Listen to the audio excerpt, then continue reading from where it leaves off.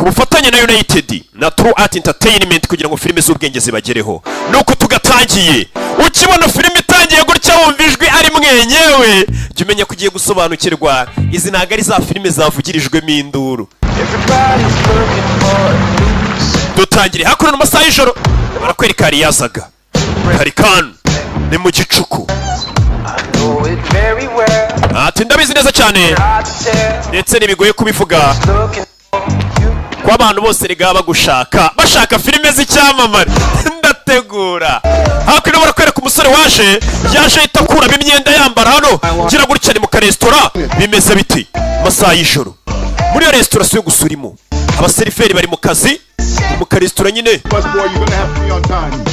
ya komande ziratangwa amasaha y'ijoro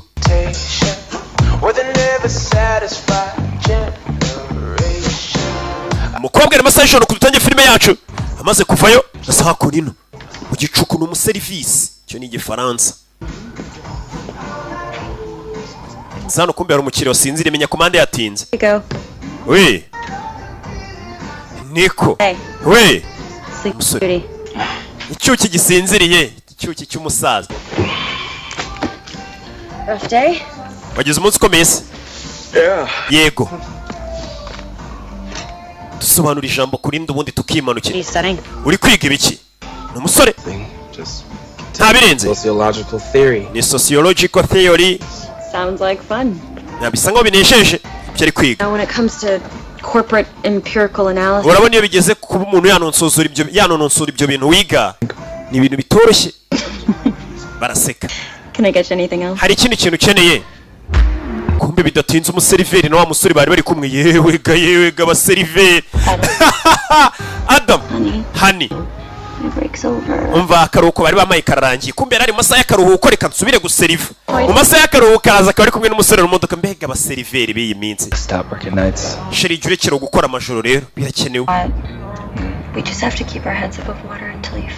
sheri tugomba kugerageza tukareba ko twagumisha umutwe wacu hejuru y'amazi kugeza urangije kwiga mbega umukobwa kuri igishoboka cyose kugira ngo we n'uyu musore barebe ko babaho bivuze ngo uyu mukobwa n'uyu musore n'ubundi basanzwe babana n'abasheri umva we banza urangize kwiga ushaka akazi nanjye mbone gusubira ku ishuri ni couple nyine banye umwe arakora undi akiga ati nurangiza kwiga uzashaka akazi none nanjye nsubire ku ishuri no gufatanya mu gihe umwe bavuga ati njye nkeneye umugabo wanyishyurira amashuri ndagukunda nanjye ndagukunda ni couple yikundana iri hano umusore ni Adam umukobwa we sinzi amazina numvisha amwita ngo hani nimba ari ibiki dore kandi imico mibi. Okay, let's go. Dwight's gonna pitch a fit. Umva urabizi reka ngende boss atamerera nabi. Umukobwa n'umuseriveri basubiramo indani mu karesitora mu masaha y'akaruhuko sheri we yashe kumusura ni Adam basubiramo indani bavayo andane nandi mafarangani fragos burayafite gusubiramo indani yumva byakomeye kumbe ari igisambo cyatatse duka nyagasani mumenyere murama amafaranga nyagasani bikangamo igisambo cyatatse akaresitora cyashaka amafaranga usora gufatira hano ipanu gufatira ipanu hano umereza amafaranga yandi asigaye katuri shiri ceceka usora itacaho uyarareba usora vayo mu karesitora shiri wakoramo hari igisambo cyatatse no gufunga umwuka ndamukubita ipanu tu umukobwa arareba ari kureberamo hano hano katurere mwana mu ndi mafaranga agiye kandi pano sora aramwambara pano ku mutwe hey dangerous lies niko bakisi ni ikinyoma kibi cyane cyase bya binyoma bibi cyane byawe umukiro uri muri restaurant twakwita nk'intwari yatumye batiba kano ka restaurant ibi byose umusore batangiye kumutakagiza abandi babashaka views hano hirya mu ka restaurant kari Nyamirambo rero umuntu yaje aratabara ibyo byose nibyo twabonye tuwakubiswe ipanu agomba kujya muri gereza ariko nyuma yuko avuye kwa muganga yoroheye bikomere bamuteye ku mutwe barakwereka ashize ameza nibyo bibaye ameza nashize barakwereka amezi anashize uriya musore mu karesitora ke yari yasuyemo sheri we, ibyo yakoze twabibonye. Hashize amezi ane biriya bintu bibaye, bwarakeye barakwereka hashize iminsi. Amezi ane ntabwo ari ikintu cyoroshye, mwe muri kwirebera filime mutuje nta n'igitima kibi. Hakuno barakwereka wa mukobwa yaje yakurino, uyu niyo twanatangiranye.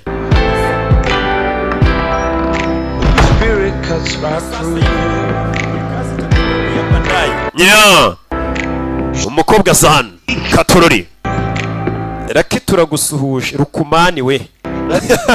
Hakurino yaratuva. Mwaramutse Ronald. Umukobwa yaje yakurino aho twatangiye ari umuseriveri. Yaje yakurino n'urugo rw'ahantu. Hamagara twitwa Leonard. Cyasere wonari we. Azaku n'umukobwa atora ikinyamakuru.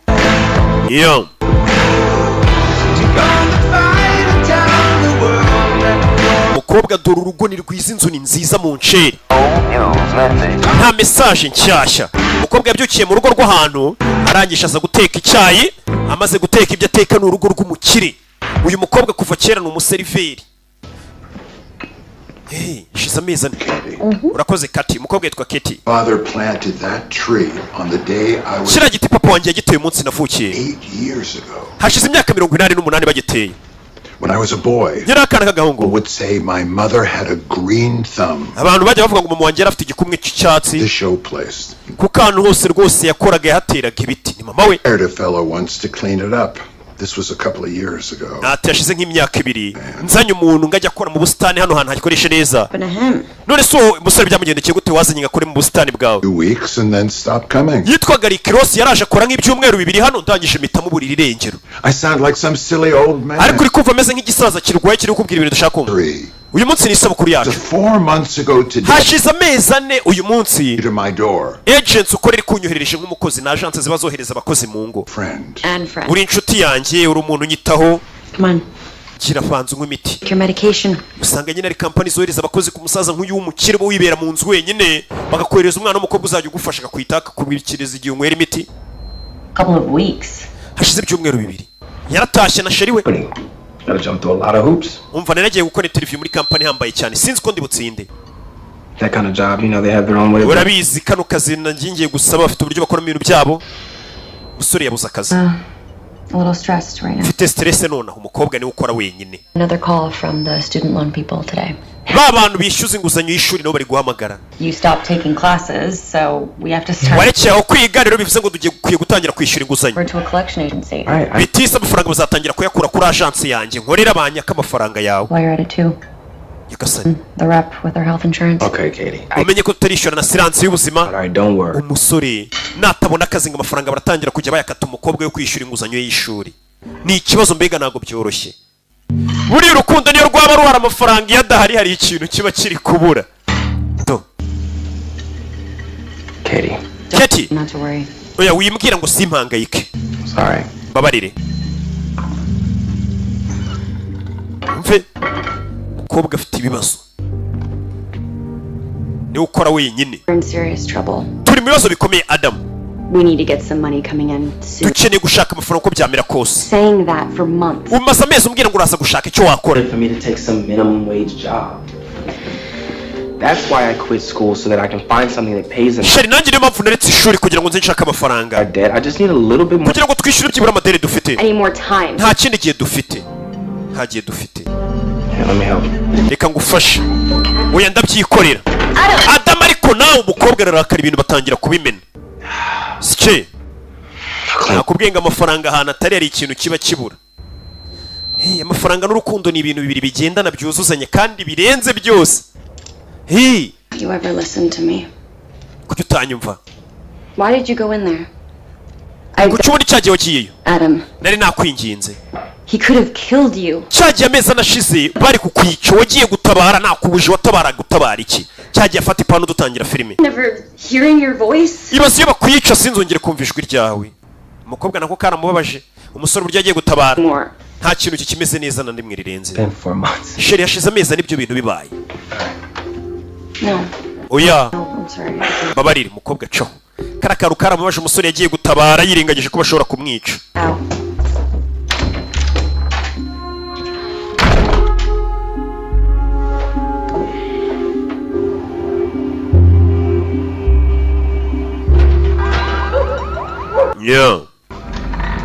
Who's there?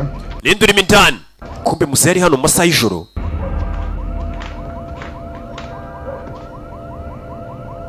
wa musaza Leonard twabonye umukobwa akorera ku manywa yarabyutse n'ikibando cye kurikire filime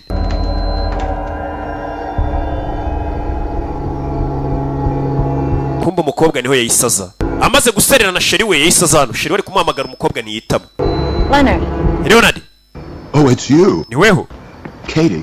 Katie What are you doing? urakurikirana You were asleep. natekereje ko usinziriye Came here to think. nari nshano kwicara ngo ntekereze What are you doing with that? urakora iki n'icyo kibando Someone in the house again. ndakeka nungiye kumva umuntu muri iyi nzu Talking, and when I come down, they're always gone. hari igihe nijoro iyo ndyamye njya numva abantu bagenda mu nzu yanjye nabyuka nkababura nta muntu uhari gatorori You all right? meze neza Why didn't you tell me you had troubles? wa mukobwa kuki utari urambwiye ko ufite ibibazo by'amafaranga Not your problem. erega ntabwo ari ikibazo cyawe Need. ukeneye angahe No. oya We're friends. turi inshuti We are. ye turi inshuti Then let me help. reka ngufashe I've got a little money set. njye mfite amafaranga bari ku ruhande Ever do that? ntabwo nakwemera kumpa amafaranga y'ubuntu Starting out. urabona muri inshuti nako muri couple we n'umukunzi wawe muri bwo mugitangira akazi Worry about money. ntabwo muba mukwiye guhangayikishwa n'amafaranga But to be in love. kuba mu rukundo Family one day. hari ukazagira n'umuryango ugasazanya n'uwo musore Wonderful things. ni ibintu byiza I wanted when I was a young ni man. ibintu nahoze nifuza nanjye nyiri umwana kugira umukunzi tugasazana Some small natekerezaga ngo mu buryo bumwe cyangwa ubundi made a difference to someone. byibura mwebwe nkabakorera itandukano we na sheri wawe nkabaha ku mafaranga umve mwambwiye amafaranga mukeneye nkayabaha nka kupure yanyu ko mbona ari kupure ikizamuka Job. sheri wanjye akeneye akazi aho kuduha amafaranga duha akazi hari abantu baba biyubashye ku buryo umuntu utabwira ati mpa amafaranga ngo ayemere akubwira ati aho kugira ngo umpe amafaranga ambwira ikintu ngo ukorera bibarirwe muri ayo mafaranga ariko amafaranga y'ubuntu ni ububwa guta umuntu aguha amafaranga bidatinze umukobwa yabyutse azana sheri we hehe kwa Leonard Fine. biraza kumera sawa Talk to aje kumusabira akazi genda avugana nawe sibyo tugende baguha akazi umusore yari yarabuze akazi neza akazi nakibura hey buriya ubona zino filime tuzisobanura ugasanga zitunze abantu ibihumbi Yes. hey imana buriya hari ingorora n'ibizaduha I can pick it up after 5, probably. umukobwa ari hakurino kureba hanze sasa umusore umusheri we ari kumwe na muzere Leonard batangiye kumwereka icyo ari kuri nakubwiye ngo filime z'ubwenge ni ukuzitangira ubundi yeah umukobwa ari hano hari uwaje gukomanga Hi, how you doing? bite mumeze muti So sorry to bother you. My name is Mickey Hayden. amazina yanjye ni Mickey Hayden Agent. ati ndi abantu bagenda bagurisha amazu b'abakomisiyoneri But I have this new client. Just got transferred to the city. ati mfite umukiriya wimukiye muri uyu mujyi Family, couple of dogs. afite imbwa afite umuryango Horrible. Anyway, he is looking for just the right home. iyi nzu yayikunze arayishaka Driving through the Shaka uyigura. here, took one look at this amazing ejo house. ahise yari ari gucana abona iyi nzu itangaje iyi nzu ntabwo igurishwa Are you the owner? niwe nyirayo No. oya Trust me. ariko nyizera You're wasting your time. waba uri kwangiza igihe cyawe Lived here his entire life. ati nyiri inzu yabaye hano n'umuryango we wose kuva kera ntabwo bayigurisha Seriously motivated. wumva umukire wanjye inzu arayishaka cyane afite gahunda I don't know what to tell you. sinzi icyo nakubwira Sorry. babarire But good luck. ariko nkwifurije amahirwe mushaka indi nzu mva Could you do me a favor? none se muko wamfasha Katie. banyita Keti If by some crazy chance, hagize nk'ikintu kiba uwo mugabo agahindura ibitekerezo bye do you have him call? uzampamagare rwose iyi nzu turashaka kuyigura ibyo ntabwo bizaba Thank you. urakoze You have a great day. ugire umunsi mwiza uje yitwa Hayden yaraje kubaza iyi nzu nimba igurishwa umuntu araza akagukumangira akubwira ati iyi nzu yawe wasohotse nkakwishyura amafaranga nta kintu adakora umukobwa cawo katorore They want to make an offer? Sounds like it. bashaka kuyishyura ye Well, I'm sure it'll look better after. bagira gutya bagafata n'akaruhuko bakanywa kuri byeri n'umusaza bari gukorera bombi n'umusore we sheri we bamuhaye akazi Must be nice. dore inzu ukuntu baba bayireba iri hakurya ni inzu nziza umusore yakomeje akazi hano hari imodoka ziba ziparitse umusaza atagikoresha za modoka nziza sha bafite barakimara nuko cyavuze akomeza akazi k'amaboko akomeza akazi k'amaboko bimeze bite rero Leonard ni mu gitondo buri gitondo baza mu kazi mukobwa inzu nini nyine wowe uragenda ugategura ibya mu gitondo ugatangira kuzenguruka ushaka nyirinzu ari hehe niko kazi kabo gusa shaho umukozi nk'uyu nguyu kumutunga muri biriya bihugu by'uku gutekera ugira gute ntabwo ibyo bintu biba byoroshye hano ukabona mfite bari kirosi nka 5 ngo ugire ngo hara ntabwo biba byoroshye urakoze Keti. My parents used to play this. Ababyeyi banjye bajyaga bancurangiriza indirimbo ni nziza. Sit with me a moment. Yaba wicaranye nanjye ho gatariko tuganire ntaga mufata nk'umukozi amufata nk'inshuti ye wicaye tuganire yicara no bumva indirimbo muzamwumvisha ibirimbo bya kera kumba abakobwa b'iminsi babishakira bendova umusore nawe ari mu mirimo y'amaboko hanze yarize amashuri amupfira ubusa ari mu mirimo y'amaboko hey amafaranga bari amafaranga akazi kose uba ugomba kugakora hey hari igihe usaba umuntu ngo ngiye kari akazi sinagakora kandi akaza bakubwira ngo wanguriye intore seroki sha. Did you lock the back door? Yep. Good. Bidatinze bano baje hano. So, when do I get the grand tour? See how the other half lives. Time will. Bafayo. What about that Buick? Looks like it's been parked there for a while. Wouldn't even drive it anymore? No, not since I've known him. I don't think he's driven in years. Yeah. Bafashe imodoka barerekera. Bavuye mu kazi. Nibwo bakirangiza akazi. Kumbe mu nzira bagenda. Bakiva mu kazi hari imodoka yasaye nk'ibakurikira. Ndagira nkurikire filime. Sa mu rugo. I was reading online. Ndi gusoma online. Medical school with a really great program in pediatrics. Ndi gusoma ishuri rwose rifite programu ya pediatric. Send you the link. Nakwereje link urebe. Nimba iryo shuri utaryigaho utajya kuryigaho. Mukobwa ni couple ikundana. Gusa baracyifitiye utubazo tw'amafaranga ariko ikibazo cy'amafaranga nikijya kinashira rega. Nta muntu numwe kwisi udafite ikibazo cy'amafaranga. Nanjye ndagukunda. Baraho ngaho baraganira. Iminsi yakomeje kwicuma. Umusore agira gutya akajya gukora muri rwa rugo rwo kwa muze hagakupa kupa hagakora muri jaride. Abantu bakora mu busitani babita gute? Abastari. Ni umusitari akora mu busitani bwo muri uru rugo rw'abakire.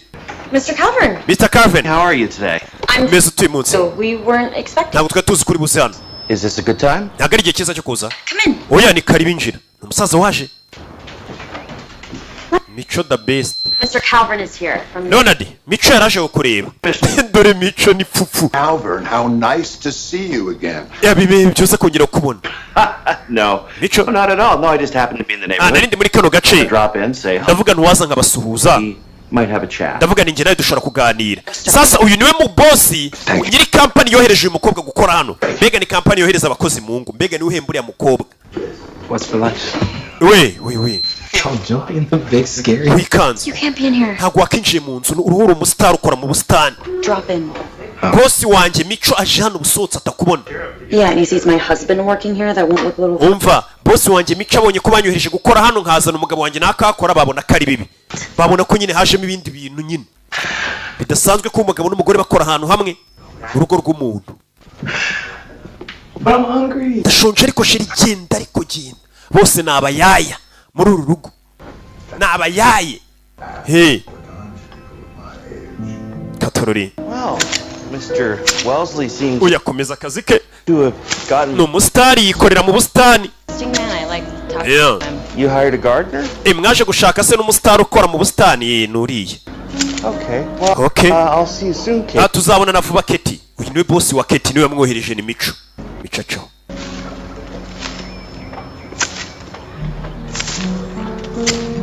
Komeza.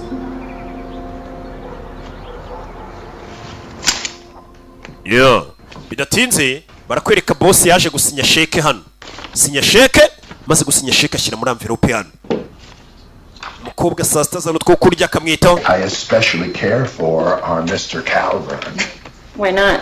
He keeps asking all these questions. Uriya mugabo Micho ariko boss we kucyo bavuye hano. Up to make you look bad. Akumbaza ibintu byinshi ashaka ko nkubona nabi. Care of you. That's all. Well, don't you Icyo cyo nuko nkwitaho. told him I couldn't get along without. Icyo mbwiye Micho boss mubwiye ko ntabasha kubaho ntagufite. Ahita mwishyura gukubita sheke kwezi kukirangira ati manukire. Baramuhembye. Bidatinze feri ya mbere baje yakora ino. Nanu bananditse ATM ubwo baje kuri banki. Agasheke barakabahaye. sheke iri hano kumbe kuri basheke iriho miliyoni 7.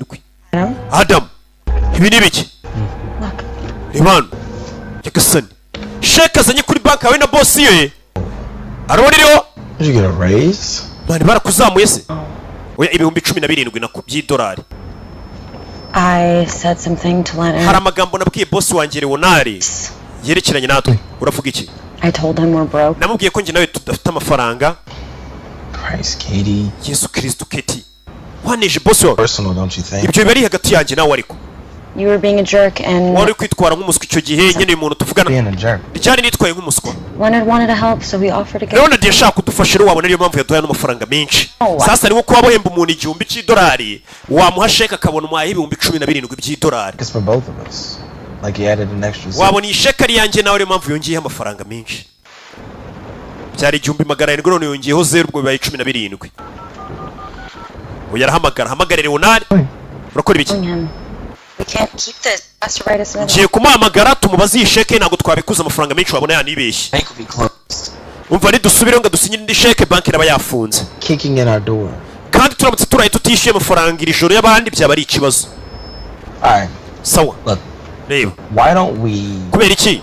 Deposit the check. Tugende ano mafaranga tuyabitse. Just for tonight. Dufate amafaranga make dukeneye twishyure. Talk to Leonard in the morning. Mu gitondo tuvugane na Leonard tumubwire ko amafaranga ye yaduhaye menshi tumusubizayo. Bega bagenda amafaranga babitse kuri konte yabo bakureho yabo bakeneye bishyura amadeni mu gitondo bashyire boss ati waturengereje amafaranga menshi usubirana amafaranga yawe ntawe dukeneye cyangwa babwira impamvu yabahaye amafaranga menshi kumbe ibyo byose ko bari kubikora Hayden wa undi waje avuga atagurisha amazu ari kubareba. What's Leonard's deal anyway?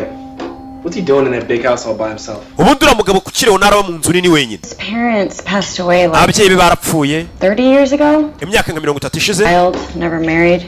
Yari we mwana wenyine bafite ntiyigeze ashaka umugore nta wundi muryango afite. Must be tough. Menya bigoye. Being all alone like that? Kuba uri wenyine kuriya ni umusaza uba wenyine asaje ari wenyine niyo mpamvu barashatse abakozi. Ariko ni umuntu mwiza Leonard. Ni boss we. Yeah. Umukobwa aza kwishyura udufagitire hakurino. Wibutse izi filime ufite nk'umuntu wawe wabuze ukuntu yirebera agasobanuye cyangwa iki uzajya uzisanga ku gasobanuye 250.com agasobanuye 250.com. Ubwo niba abantu batabasha kubona umu DJ hafi naho ubundi uzajya uzisanga na ba DJ United bayazibahaye ndetse na True Art Entertainment ku bufatanye na Rock Entertainment. Umukobwa byuka aza gutegura imiti y'umusaza abantu bari muri zira zabukuru usanga banywa imiti myinshi hato na hato ngaho baba barwaye bya birwara bita bya rusoka kiraza kikagusoka mu mbavu shawo bya rubaga impande imiti bari myinshi mbega. Umukobwa wese ni witegura akamenya tumusaza mu gitondo aranywi niyi saa 6 niyi umusaza urabona abayisazi hari n'imiti buri abatibuka yanywa izi saha. Bega bagomba kugira umuntu nk'uyu nguyu ubyishyurirwa neza akabikurikirana neza. Ngakuriya nanjye mfite umuntu ukurikirana ibintu by'imirire iminywere ibyo ndi bwambara ibyo ni ibintu ntajya mbonera umwanya wo gutekereza mba ndi gutekereza filime ndi bubahe gusa.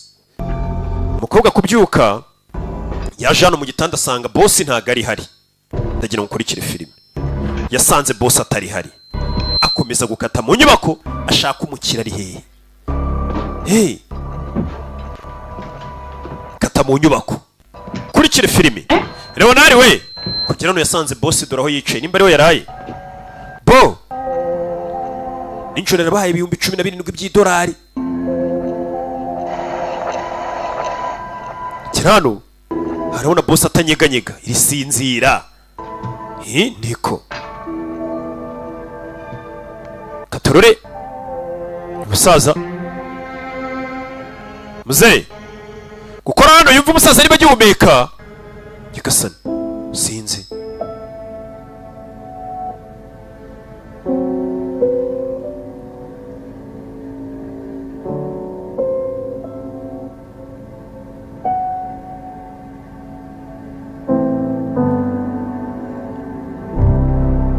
Hey yakoze ku musaza arikanga menya umusaza ibyo bitagenze neza.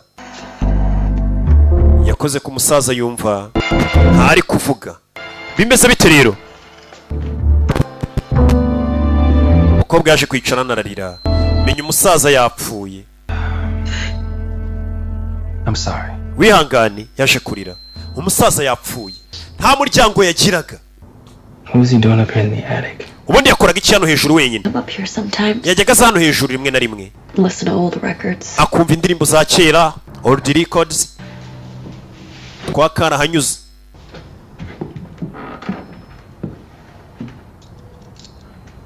uyafata urufunguzo ruri hano. What would he need to keep locked up here? kubera icyo uyu musaza yaza yakifungirana hano hejuru. Sasu yatangira kubitekereza. uyu musaza wazaga kwifungirana nyirinzu yapfuye, uyu kureba hanabona igisanduku kiraha. kurikira filime. Adam, We shouldn't.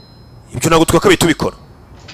I'm just gonna look. Sheri njye reka ndebe wana. none se ko nyirinzu yapfuye reka nirebere. bari mu nzu y'umukire wapfuye. Katorori musore kurebamo hano harimo ibintu bimeze nk'ibya kera, amafoto. Ngwino urebe, ngwino urebe.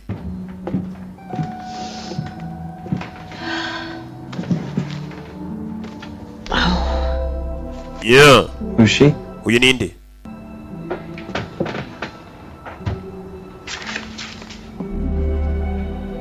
I don't know. Sinzi. All these letters. izi nzandiko zose harimo amaretere menshi.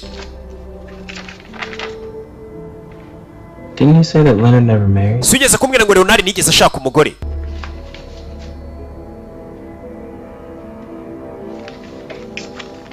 We shouldn't do this. ibi ntabwo twakabaye tubikora. Let's go. We need to call 911. nibahamagara 911 bahamagare polisi. Sasu ikubura nabona amafaranga ajya gasani. Sheri we, dore igisanduku cyuzuye umufungo. nyirinzu yapfuye ukagwa ku mufungo nk'uyu, wabigenza uti?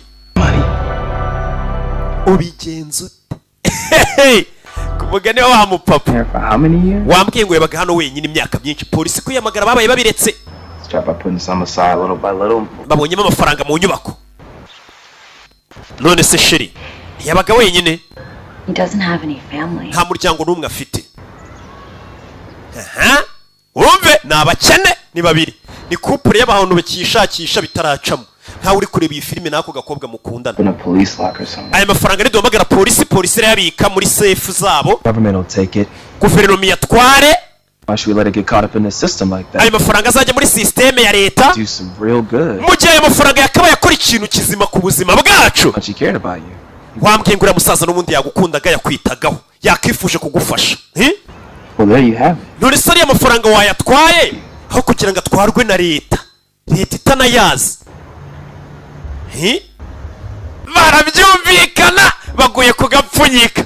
hako Sheri To be careful. ariko tugomba kwigengesera. yego turi bwigengesere. Adam, Promise. sezeranya ko tugomba kubigendamo gake. amafaranga bagiye kuyibikaho n'ubundi se ko iyo upfuye ubisiga abazima rero reka babisigarane.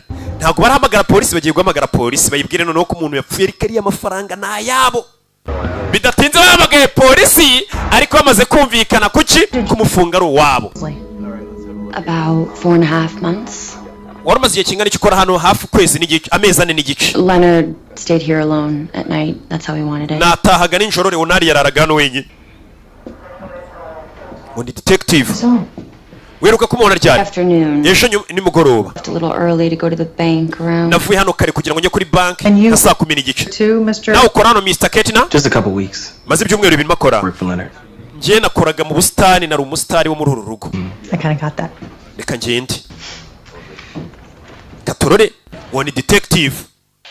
ni inzu yapfiriye umuntu. Mr. Wellesley doing? Was he having any health issues recently? Mr. Wesley se yarameze ati? yarafite ibibazo by'ubuzima. Fine. I mean, he's 88, so yarafite imyaka 88. medication, yanywaga imiti myinshi ariko but he wouldn't have complained about it anyway. ariko ntabwo yajyaga ambwira ko hari ikibazo afite mu buzima bwe mu mubiri. ntabwo ari uko yari ameze. ntabwo ari wa muntu wahuraga urwaraguritse. oya. I'm gonna need to get some contact information next of kin. ndaza kuba nkenera amakuru nk'umuntu bafitanye icyo bapfana. Family. nta muryango yari afite. No. oya nta famiye yari afite. okay, I'm sorry for your loss. wihangane kubw'igihombo mwagize. Have any questions? nimba mufite icyo mwabaza Just give me a call. mwaduhamagara kuri iyi nimero. Oh, abapolisi. Leonard once told me he wanted to be cremated. Leonard atarapfa yari yarambwiye ngo umunsi yapfuye arifuza ko bazamutwika. ivu rye bakarinyanyagiza muri iyi jaride. cremated. yashaka kuza ko napfa umunsi yapfuye bazamushyingura bamutwitse apana bya bindi mucukura mugashyingura uyashaka ko bazamutwika ivu rye bakarinyanyagiza ngo hakuno ino hatuye buri muntu buriya afite imyizerere ye barakwereka ibyo byarabaye katorori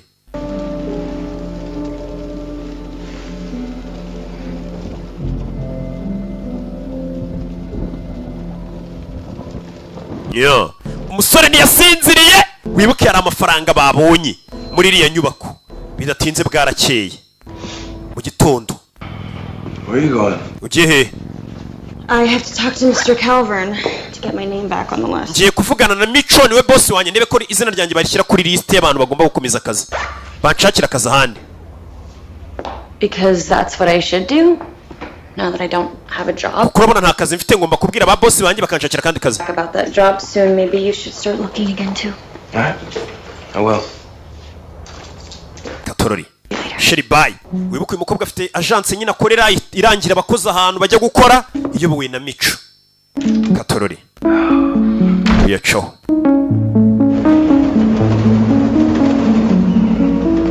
mukobwa vayo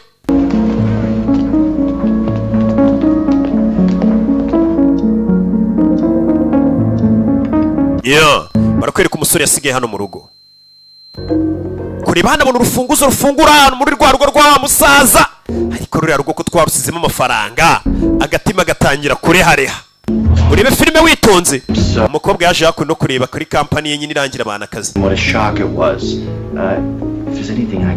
nimba ari icyo nagukora rwose ndabyumva uburyo wabayemo ndifuza ko munshakira akazi ahandi tuganire muri ofisi yanjye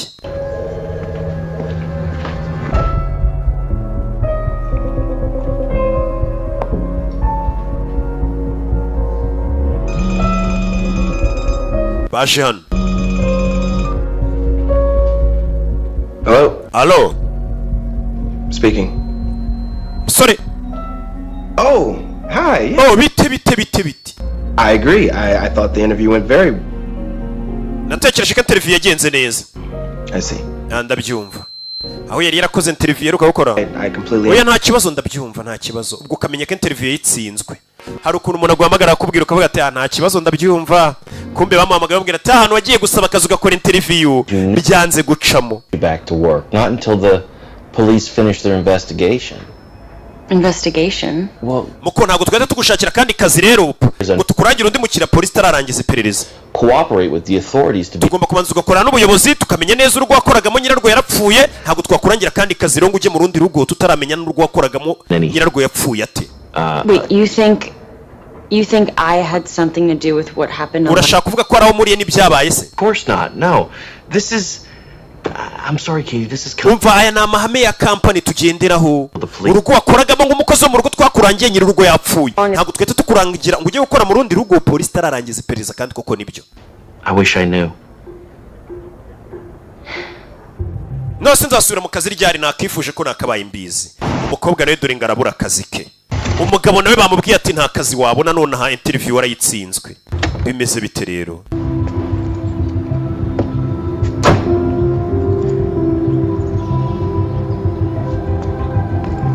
Katorore umusore icyo yakoze nta kindi akimara kumva ko bamukatiye ku kazi yahise aza hakuno kurikire filime ahise agaruka muri rwa rugo rwanya kwigendera amafaranga y'abandi atangira kuyabara dore ngaratangira gutera imirwa amafaranga ubundi se n'ay'abandi ko nyirayo yapfuye ari muri iyi nzu aricyo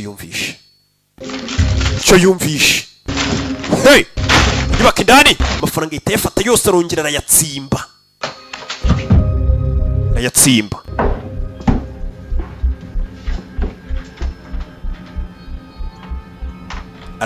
ari mu nyubako yagarutse mu rugo rwa wa musaza ajya kwigendera. Bimeze bite?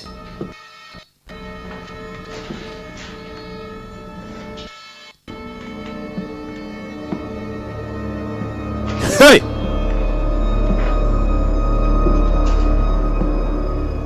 Katorore! Mu nyubako indani! Katorore! Kore banabona ibintu bamenye nyuma ye bamushyizemo muri rwa rugo rwanya kwigendera. Ibi ni ibiki banyarwanda? Nakubwiye ngo filime nuko itangiye. Musore yakanguye na telefone iri gusona, yakanguye na phone. Allo. What were you thinking? Watekerezaga ibiki sheri? Come in here like this, like we still. Ntabwo ugomba kuza muri urugo rw'abandi nk'aho ariho tubarizwa. I'm bleeding right now. What do you want from me? Sheri, mbabarira nawe ndi kuva amaraso uranshaka iki? I asked you and you promised. Naragusabye uransezeranya. Promise. Ko bagiye kwigengesera ku mafaranga ari hano. Look, I'm sorry. Babarire. But if I wasn't here, I think that money would be gone. Iyo nza kuba nari nari amafaranga ari kuba yagiye. Nigute bari kumenya iby'amafaranga? Why else would they be here, Katie? None niki cyatumye abo bantu baza muri iyi nzu? Nimba batazi iby'amafaranga arimo? No, they came up behind me. Umugabo yanturutse inyuma. They couldn't have known you were here. Menye bari babimenye kuri hano. Didn't like that. I heard the glass break, that's why I came down. Nje numvishe ikirahure kimeneka mpita manuka hasi, nsanga umuryango urafunguye. Was a bad sign that you should get out? Cyari ikimenyetso cyiza cyo kwita usohoka mu nzu. No, I was waking up. Bahise bankubita ikintu ku mutwe nongeye gukanguka ndyamye hasi nkanguye na telefone. You never should have been here. Ntabwo wakabaye waje mu rugo rw'abandi sheri. Almost 100 grand. Hano hari ibihumbi bisaga ijana sheri. Ibihumbi bisaga ijana. You counted it? Wanayabaze? Wanayabaze? Counted to 92. Nabaze ibihumbi 92 narenga n'imisago. Hey, mukobwa yumva ni menshi ibihumbi 100 by'idolari, ayo mafaranga yaguhindurira ubuzima. Waba uri mu Rwanda uri muri Amerika. She is that the hiring committee decided to go another way. Whatever the hell that means. Bahise baza kuyabara bitonze. They're all just such assholes. I'm just sick of being poor. Ndambiye kuba umukene sheri. Ndi guhamagara ku kazi aho nkoze interview ntibicamo. Ndambiye kuba umukene. Who got in here? Maybe somebody that did some work on the house. Wabona hari nk'umuntu ugeze gukora akazi hano wari wagarutse? You talked about hiring a gardener. Leonard twigeze kuvugana boss wanjye ambwira ko bigeze guha akazi umuntu ukora mu busitani. Well, whoever it was, I don't think it was a coincidence. Uwari wese waje ntabwo nkeka ko ari ibintu byahuriranye. And figure the house would be empty. Cyangwa bamenye ko inzu birimo ubusa nta muntu uyirimo. But maybe you're right. Haravuga ukuri. Maybe they didn't know about the money. They probably just wanted to get in and get out. Ahari wabona abantu bari binjiye ngo icyo bonye cyose bari cyo basohokana batazi ibyaye amafaranga arimo indani. What if they come back? Ese nibagaruka? Alright. Katorore. Bidatinze bwarakeye. Araho bahise baza. Bakimara kuvuga ati yashobora kugira umuntu ugaruka hano muri iyi nzu. Icyo bakoze ni iki? Thank you. Bahise baza hano.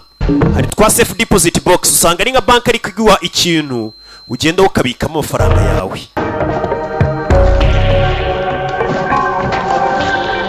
Aramuhereza. Katorori bavayo. Alright. Yeah. Kumbe hari ukomeje kubacunga Hayden. Uyaje uvuga ngo ni umukomisiyoneri ukomeje kubacunga. Katorori. Hey. Bacaho.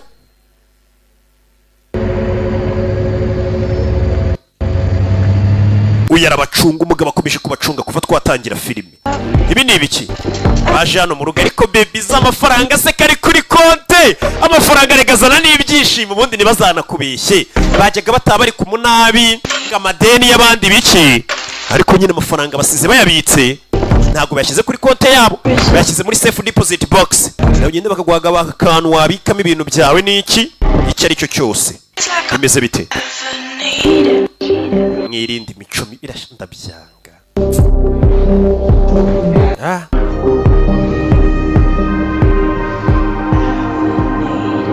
Yeah. Ibyo byarabaye.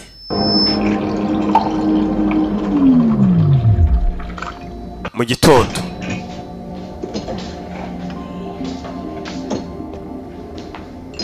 Sheravai. Morning. Mwaramutse. Making you coffee. Ndigukorera gakawa. Miss Franklin, this is Detective Chesler. Mrs. Franklin, Detective Chesler. Would you give me a call when you get this message? Nubona iyi message umamagare wa mu detective wakoze iperereza. Yaramuhamagaye. abyutsa amuhamagara bahise baza kuri polisi igitaraganya bimeze bite Sorry to keep you waiting. Thanks for coming in. Detective, hey, is there a problem? detective hari ikibazo Back here. reka tuganirire inyuma hariya katorore Mr. Wellesley ever mention a will? ese Mr. Wesley yaba yarigeze Leonard Wesley yaba yarigeze avuga ibyo gusigira umuntu imitungo ye yari wenyine Rich old man living alone, no heir. mukire nk'uriba wenyine nta muntu azasigira imitungo I'm sorry, detective. bari detective I don't, what is this about? ibyo byose ni byiki Well, you said that Mr. Wellesley asked to be waratubwiye ngo Mr. Wesley yari yarakubwiye ko ashaka ko bazamutwika bakamutwika napfa umurambo we bakawutwika Yes, ni uburyo bwo gushyinguramo yego we do. without a family and nta no muryango yari afite nta n'uwazasigira amafaranga comes who bears the cost. none amafaranga yo gushyingura ninde uri buyatange turayitaho turayishyura Okay. I've got the paperwork right here. okay sinya hakuno rero ubwo ngubwo umukobwa ati amafaranga yo kumushyingura ndayishyura nta kibazo katorori bidatinze bahise baza za rusororo ni ugushyingura ari babiri nyine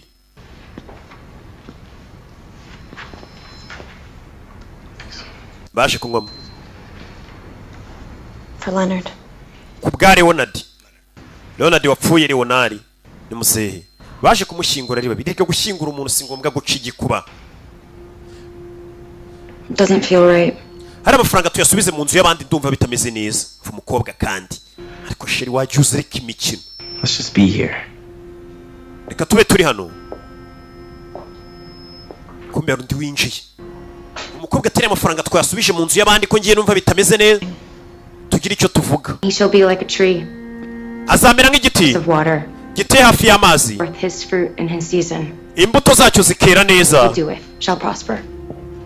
icyo yakora cyose kandi kizagenda neza ni amagambo ari muri bibiliya Apologies. azamera nk'igiti giteye ku mugezi ngo imbuto zimere neza n'icyo azakora kizagenda neza Wellesley's attorney. hari uwaje aravuga ati ngenda aravoka wuriya Leonard Wesley Miss Byron Kim. banyita Byron Kim Leonard never said anything about an attorney. Leonard ntabwo yigeze ambwira ko afite umwavoka Call me Julia, and I'm not surprised. unyite Julia The first I heard from Mr. Wellesley was only a few weeks ago. He called ubwo numvaga Mr. Wesley yaramamagaye ibyumweru nk'ibiri bishize and asked me to come to the house. nibwo yamagaye ambwira ngo nze mu rugo yambwira umuntu azasigira imitungo ye He was very specific about that. ibintu nk'ibyo ariko ko ari ibintu yajyaga avuga yarambwiye ngo nze nimugoroba kubera iki wumve ni muzehe He left everything to you. imitungo yose y'uriya musaza yarayigusigiye umukobwa arikanga hey yayisigiye umukozi we wo mu rugo ibaze nawe ako kantu kubera umukozi wo mu rugo nyir'urugo yapfa bakakubwira ati burya nyir'urugo yari yaragiye kwandikisha ko aramutse apfuye ibintu byose yabisigiye yitwa Katie Franklin mama we yewe sinzi icyo navuga imitungo yose bayisigiye umukobwa yagasani biramurenze What happens now? ubu se yagiye kuba iki bigiye kugenda gute Suggest you read over the will very carefully. ndagira ngo ubanze usome iyo will witonze ibyo bamusigiye nyine I have a lawyer. ubaze n'avoka we nta avoka mfite Wellesley did pay my retainer in advance. Wesley ntabwo yari yanyishyuye amafaranga yandi y'aka kazi ndi gukora What transition? We can't just move in right away. tukimukira ayo mafaranga turaza kugenda tuyakwishyura natwe That the will is going through probate, which takes about 3 months. biraza gutwara amezi nk'atatu leta iri gusuzuma koko ko iyo mitungo ari weho bayisigiye nta kibazo kirimo nyine leta irabanza ikabisuzuma ariko imitungo ubwo iba ari iyawe nyine ari iyawe uyirimo ariko banasuzuma You out of the blue. Leonard yaraguhamagaye gutyo gusa utamuzi I never met him before. ntabwo rero ahuye nawe na mbere Why did he call you? kuki yaguhamagaye Me on the internet. yambonye kuri interineti nk'umwavoka My name. avuga ko yakunze izina ryanjye Byron was his favorite poet. oh koko Byron yari we muntu wa mbere uvuga imivugo yakundaga kandi nawe witwa Byron Kim Sorry, Julia. mbabarire nako Julia I'm kind of new at this. I'm not really sure how to go about it officially. bino bintu rero ntabwo mbimenyereye sinzi uburyo ndi bubyitwaremo ndaza gukenera ubufasha bwawe ibintu byo kuba umukire Coming your way. I hope you're ready. wa mukobwa hari amahirwe menshi ari imbere yawe n'impinduka nizere ko witeguye And how about Adam? nawe se Adam umugabo wawe Well, he does understand that legally, where it comes to this house, you make all the nizere ko abyumva ko iyi nyubako n'ibintu byose birimo ari ibyawe atari ibyo ariho babisigiye which is how it should be. But these things, you just never know how it can change someone. ibintu nk'ibi ngibi tugusigiye ni ibintu bihindura umuntu burundu Good. Leave it to me then. Okay. okay Thanks. For a month, just first class all the way. You got your MBA before you know it? bidatinze bidatinze baje kuganira urabizi ngomba kuhita njya kwiga nkarangiza amashuri yanjye umusore ashaka gukomeza kwiga umusore ukunda kwiga loans just wipe the slate kwishyura amadeni yose ibintu byose mbega tumaze kwishyura tumere neza baje kwicara mu rugo basigiye umukobwa inzu ni nini ibintu utavunikiye noneho reba inzu bamusigiye buriya ni bya bindi bavuga ngo avoka y'imbwa imanuka ihiye iyo ni imigani ya kinyarwanda baje kunywa byeri mu nzu itari iyabo bararya baricaye ariko we avoka y'imbwa imanuka ihiye reba inzu basigiye umwana w'umukobwa muto abana ababyeyi be bari baramugejeje ku isi gusa ngo niwo mugabane bamuhaye baje kwiganirira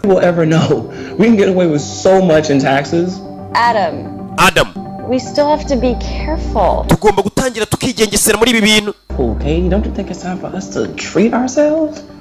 Jisheri twite hariko God knows I have. wabikoreye nanjye kandi narabikoreye you're right but we have to settle in first reka tubanze dutuze ariko mbere na mbere just a little while longer tubitware gake gake tutegerezemo musore warumva bahita batangira guserebura muri aya mafaranga bagatwika okay We'll take it slow.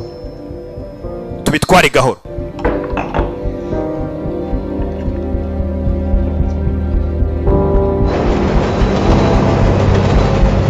I'll call the movers see how soon we can get them over here bidatinze kumbe tugaruke hakurino what it's our stuff we've had it since we got married Yeah, well, here, we'll keep the pictures and some of those books. baje gupakira ibintu byabo bimuke nta gutinda muri ka kavumo bakodeshaga k'amafuti bari batarubaka si byo giti baje hakurino Hello? Yeah, that was 5 months ago. Yeah, ibyo byabaye amezi atanu ashize. Who was it who called you? Natanze na statement kuri polisi. You said talk to someone at the front desk. Bambwiye ngo nzano mvugane n'umuntu nsanga hano ari wese. Mr. kuri polisi. Everything okay? Says somebody. Mr. Kate, byose bimesawa. Detective. What's this regarding? Ngwara umuntu ambwiye ngo naze kuri polisi atange statement. They robbed the Smile Diner, killed somebody. Ati muri Smile Diner na restaurant kitwa gutyo higeze gukubitwa umuntu. Ndigutabara yaraje kwiba. I kind of stopped the guy. You did? Yeah, that situation. Umusore naramuhagaritse koko. My wife was working that night, so. Umugore wanjye niwe yakoraga ijoro nari ndiyo. I was there too. Yeah, but what I don't understand is you already have the guy locked up. Why do they need icyo numva ko kimwe amagaye hano kandi muzi ko uwo musore namukubise bakamufunga. What are you talking about? Uvuge biki? That guy from the diner, Ray Gaskin? Yeah. He's dead. Uwo musore twa Ray Gaskin yarapfuye. Wa undi yafashe bwa mbere dutangira filime. So who called me? None se ninde wampamagaye hano rero kari cyo ndi kwibaza. Not myself. Ni cyo ari kwibaza.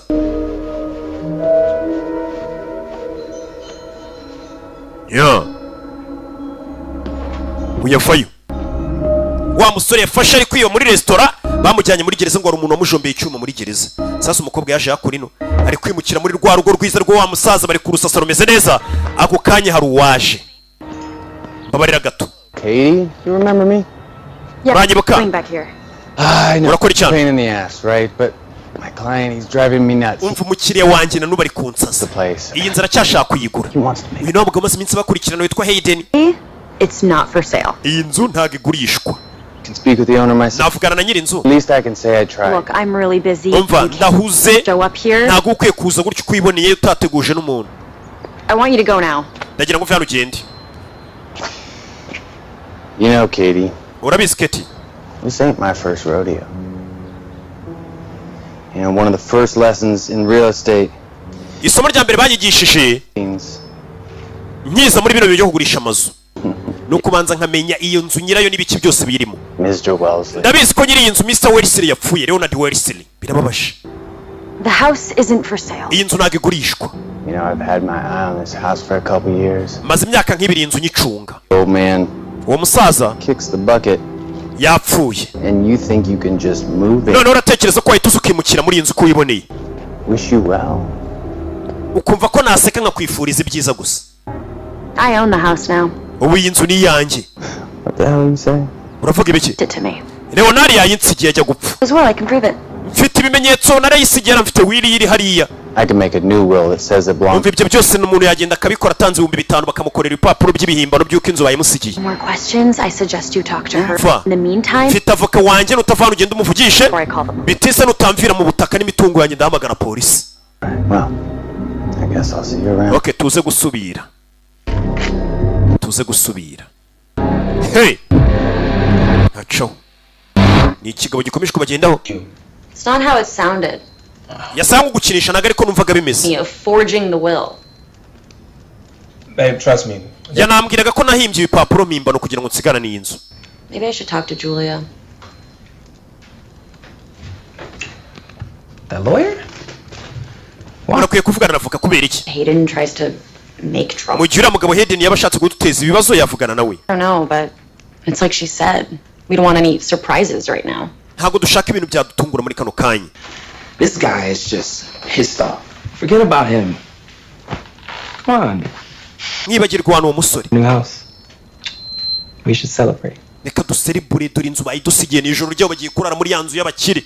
Yanzu yambaye cyane umukobwa bayimusigiye. Nakubwiye ngo vuka yimbwa imanuka ihiye. We can think of something. Hari ikintu nangiye gutekerezaho baby. Mico mibi gusa. Let me take a shower first. Reka mbanze njye koga ndumva mfite. I'll be right out. Ndaje kanoge. Sike. Nari bitu. Amaherezo y'inzira. Hakurino. Mukobwa kugirana buni isaha ihenze. Isaha genzura yirebuka yibona. Umugabo wanjye ko nta mafaranga turatangira gukora isaha yikuye. What is this? Ibi ni ibiki? My old one stopped working. Ya saha yanjye ya mbere ntago yari igikora. Expensive. Ndabona ihenze. Uguze isaha ihenze. Knock off. Ni zimwe nziza nyine. Downtown. Nayiguze mu mujyi. Very convincing. Umve.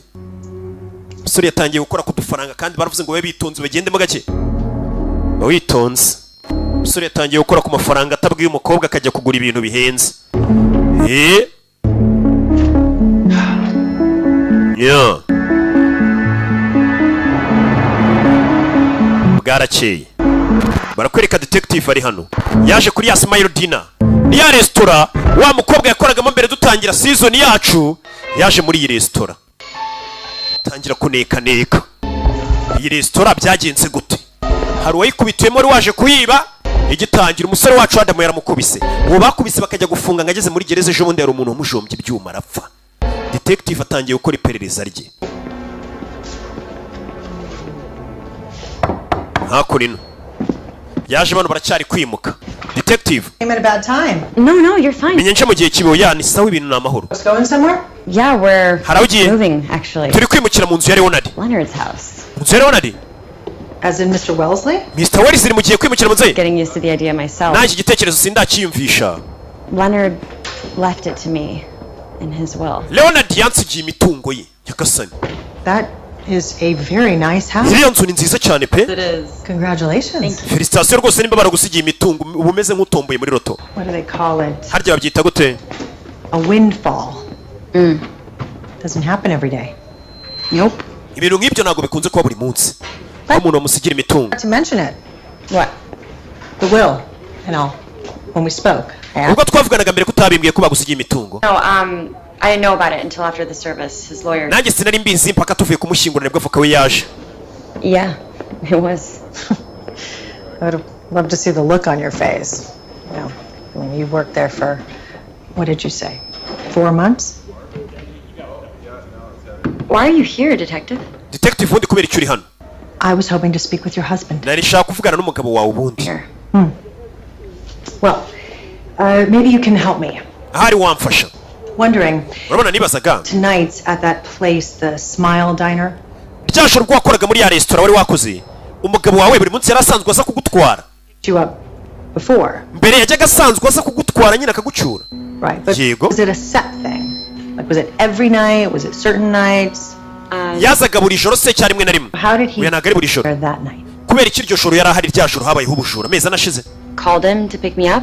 Naramuhamagaye ngaza mfate. Came early to study. Aza kare abayigira muri restaurant. Oh, well, you ought to play the lottery, Katie.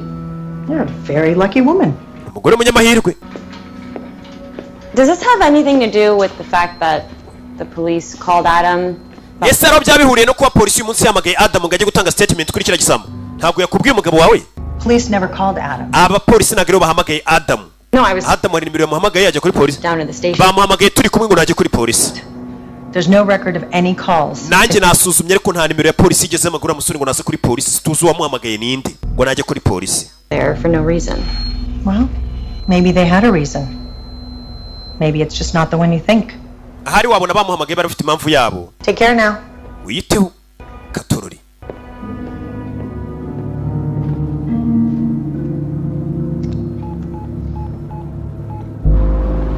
Yeah. Katorori. Hakunino. Umukobwa yaraje. Umugabo arareba. Wamuhamagaye kuri polisi ninde? Umupolisi ura detective tangiye gusa nk'ukeka keka. Umukobwa avayo.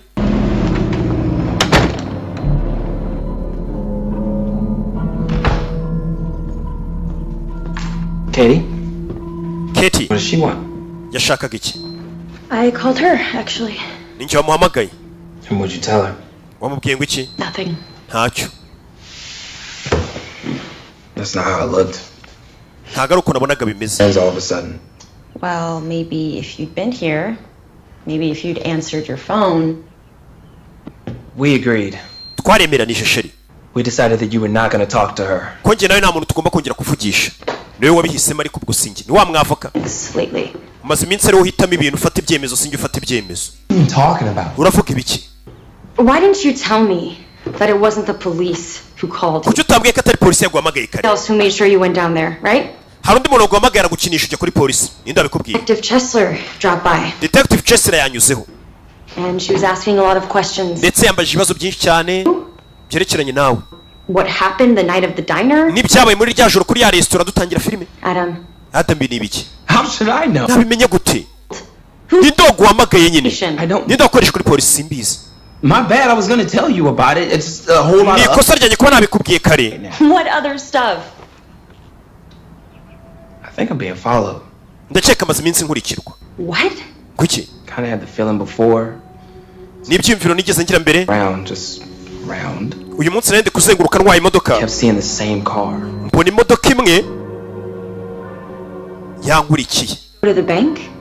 Come on, we said that we would not do that. No bullshit. Just tell me, did you go to the bank today? Uyu munsi wabagiye kuri banki. Take money out. I noticed. Hari amafaranga kweho. Oya nahise mbona umuntu umeze nk'uwankurikiye.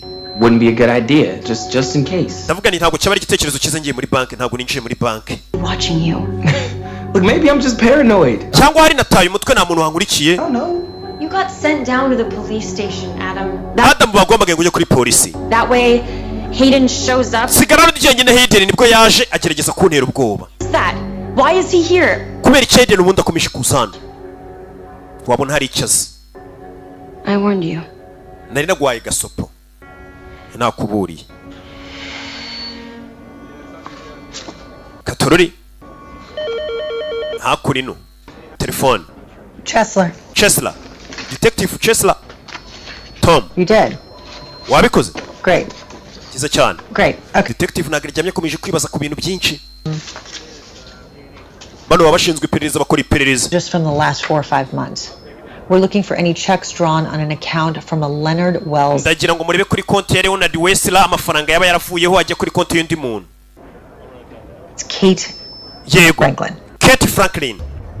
Amafaranga yaba yarabikuje. Wibuke Kate Franklin yari sheke yigeze guhabwa n'uriya musaza w'17 n'amafaranga menshi. See what you got on the husband too. It's a different last name. Murebe no ku mugabo we. It's an Adam Kettner with yitwa Adam Kettner. Nawe murebe musuzume murebe bimeze biti. Thanks. Muze kumamagara batangiye kubaneka. Gake gake. Katorore.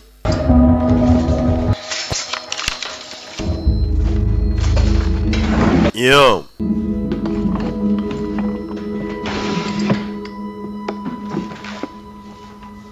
What are you looking for? Urashaka iki? Leonard didn't just stash that money. Leonard ntabwo yapfuye gufatira amafaranga yabike muri iyi nzu gusa. Your reason. Hajyane kuri konti. Ashobora kuba ari impamvu.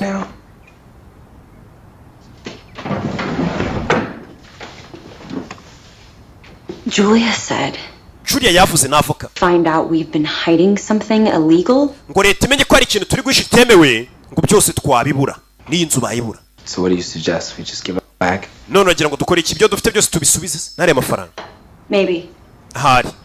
To who, Katie? I don't know. Tubisubize ndetse n'amafaranga turaye handi nyine sinzi. This never felt right. Gusa ndumva ibintu atari byo turi gukora. Hari amafaranga basanzemo hano. To the way things were before. Je ntabwo nshaka gusubira uko nahoze mbere. Sinshaka gusubira mu bukene. Adam. We may not have a choice. Nta yandi mahitamo dushobora kuba dufite ariko. We always have a choice. Iteka amahitamo tuba tuyafite. Uwo musore ati ibyo akora byose sinshaka gusubira mu buzima nari mbayemo bwo gukena. That Mr. Wells bahoraga baserera. The house. That seems a little baje kubwira mico ye wakoresha gura mukobwa. Doesn't it? Tumva ibyo bintu bikabije ura mukobwa wamusigiye inzu. What can you tell me about her husband? Nicyo ambwira kuri mugabo. Ku mugabo wa Katie. Nothing to do with sharing him. Ntabwo ari wamuhaye akazi ngajya gukora mu busitani. At the house. Yakoraga nk'umusitari muri ruriya rugo. It's strictly against our policy. Ibyo bintu nta nubwo binahabanye cyane n'amategeko ya kampani yacu. Ntabwo urugo rw'uriya rw'umuntu w'umusaza twakorezeyo umusore umugabo n'umugore ngo bajye gukorayo. Byabarangaza. Do you know of Miss Franklin ever breaking the rules before? None sura mugore Franklin Katie waba muzi nk'umuntu wicaga amategeko ya. The importance of her job, especially. Umukobwa wumva ingenzi. N'akamaro k'akazi ke. Well, you wouldn't have known it to look at him, but his health was very delicate. Icyo cyo twaramwereje ngagiye kwita kuri musaza n'ubuzima bwe kandi ubuzima bw'ura musaza bwari bumeze neza. Log just to keep track of his medication. Ura mukobwa yari afite igitabo ngo yandikagamo imiti n'amasaha musaza agomba kunywera imiti n'igipimo agomba kunywa. You'd have to speak with his doctor about that. Ibyo ugomba kubigana n'umuganga uriya muntu wapfuye. Yeah, sure, we can get that to you. Yeah. Katorore. Thank you. Uyakomeje kuneka menye byinshi. Just ask you. Mwerekano. Did she ever mention a raise? None seketi yaba yarakubwiye ko bari baramuzamuye ku mushahara we. She deposited that check just before Wellesley died. Mbere ko wese rapfa dore amafaranga bahembye uriya mukobwa Katie. Taking money from that poor old man. Karaga kobwa ka Katie twakwereje gukora muri rugo rw'umusaza agafatirana umusaza akamwambura amafaranga koko. Arababara ni mico. Yashe ku musaza yamwiherere kumufasha none polisi itangiye kuvuga ngo nimba umuntu yarahembwaga wenda tuvuge 500 ku kwezi cyase ku cyumweru guti iki icyumweru cyakurikiye cyase ukwezi gukurikiye batangiye kumuha amafaranga menshi cyane. Kumba umusaza yashaka kwifashiriza umukobwa nta kindi yabikoreye. Ariko batangira kuneka iyo umuntu yapfuye ate buriya yaratangiye kumukuramo udufaranga agira ate. Abantu nyine niko biba bimeze. Umukobwa akomeza kuzenguruka inzu ni nini.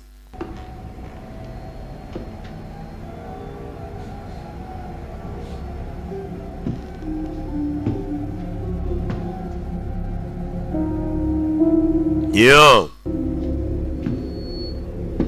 Akurino.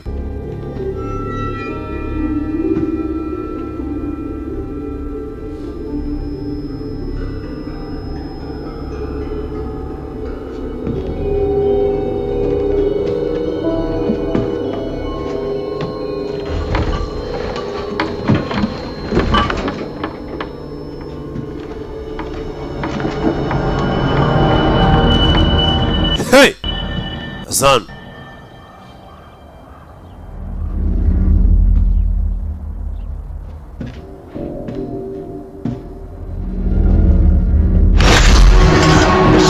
Kwa kugera hano Nyagasani rwa gakoco niko bayita gakoco kamwe gafata imbeba ari suri Zano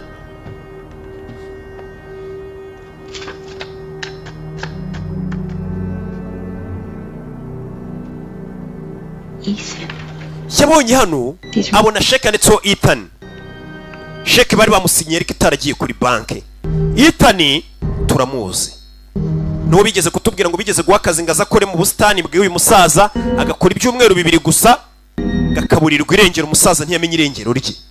Bimeze bite?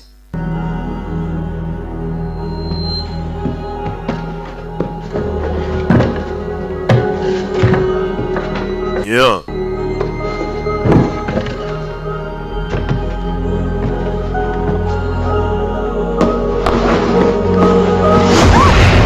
Hey!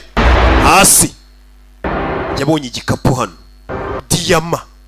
Hari n'umurambo mu nyubako. Hari umurambo mu nyubako wari ufite igikapu ndetse haguye diyama. Baje kwicara iyi nzira cyafite amayobera menshi. Babonyemo na diyama. I think I know who that is. Ndakeka ura murambo nzinyiraho.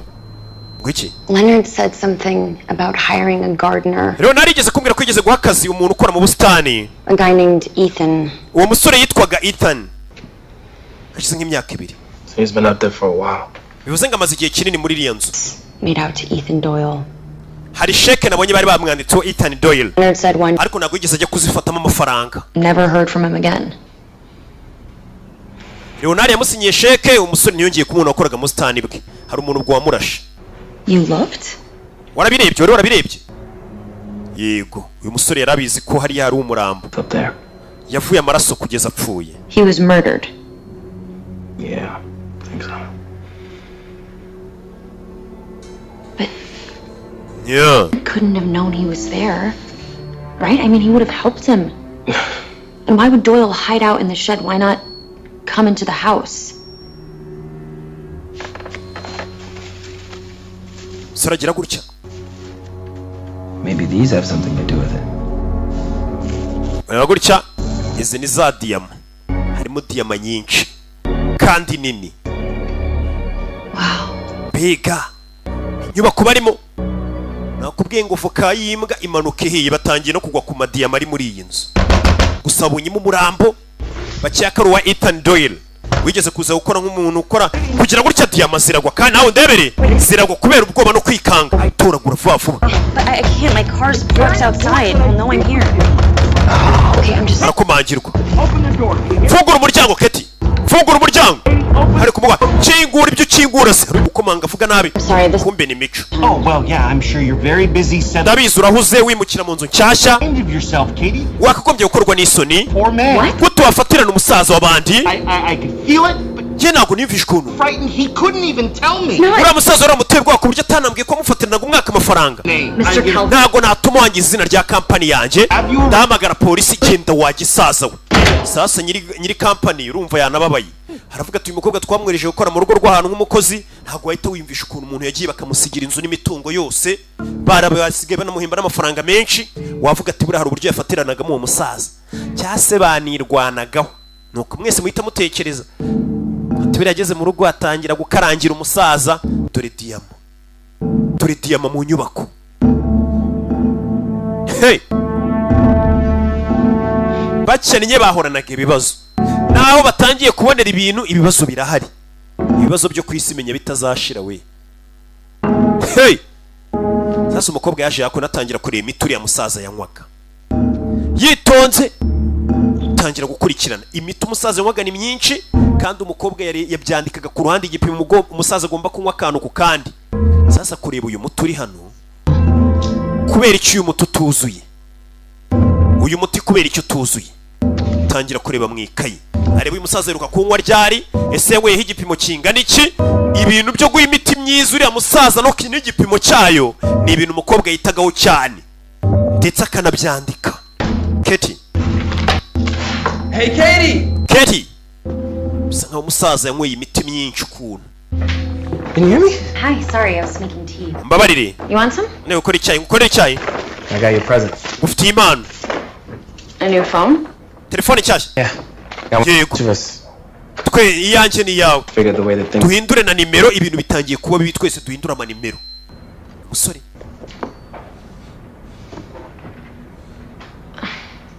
We can't keep them. Izo telefone ntabwo twazigumana.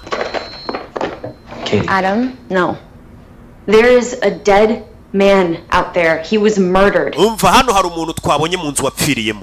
Yari yibye diyama. He may have done who he may have. Wamenya ni gute uwo muntu izo diyama yari yazibye yazizanye muri inzu zikuye. Happened. The police must be looking for him. Don't you? Wabona polisi wo muri no kumuhiga. All the diamonds. Doyiri yibye diyama. He died out there. Araraswa aje hanapfira muri iyi nzu. Down a well. Bimeze nkuko yari kuraswa akagwa mu mugezi. Sasa ngo wa muntu babonye ziriya diyama ze ashobora kuba yagiye kwiba izo diyama bakamurasa akaza wongeye muri urwo kuko yakoragamo muri jaride agapfira muri iyi nzu yageze muri iyi nzu. I'm calling Detective Chesler. Giye guhamagara Detective Chesler mubwire ibyizi diyama n'umurambo twabonye muri iyi nzu. Kopi yo telefone. Second. Banza basi unyumve segonda. What the heck was Doyle doing here in the first place? Ubundi tumenye uwo musore Ethan Doyle yakoraga iki muri uru rugo. If he's planning to steal a fortune in diamonds. Yaje hano yiba ajya kwiba diyama hanze ariko akora hano nk'umuntu ukora muri jaride. Is the last place that anybody's going to come looking for him. Ahantu nk'aho hantu hanyuma batazigera baza gushakira icyo gisambo. izo diyama turazikeneye. Paper trail. That way he sets up the big score.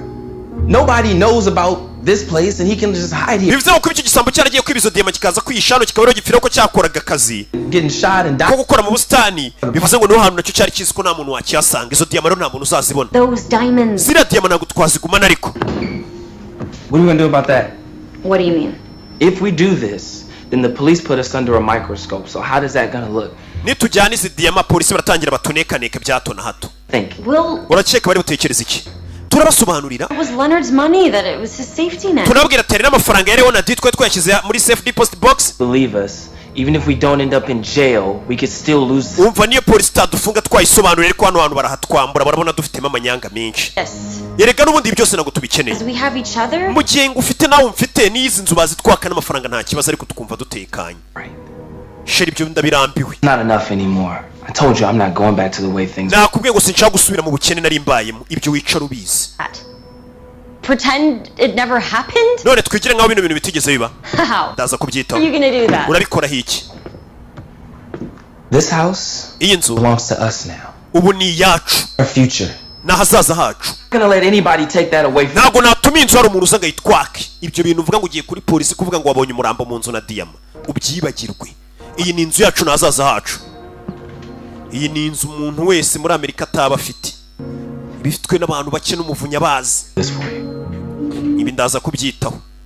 Katorori. Musore ati sinshaka gusubira mu bukene wa mukobwa wo bwari bungejeje ndahazi. Nirirwa njya mu ma interview bantuka. Namara gusohoka ubu diplome bakabuca.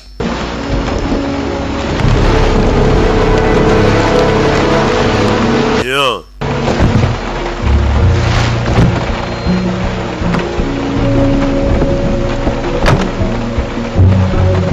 Katorori. Hakurino.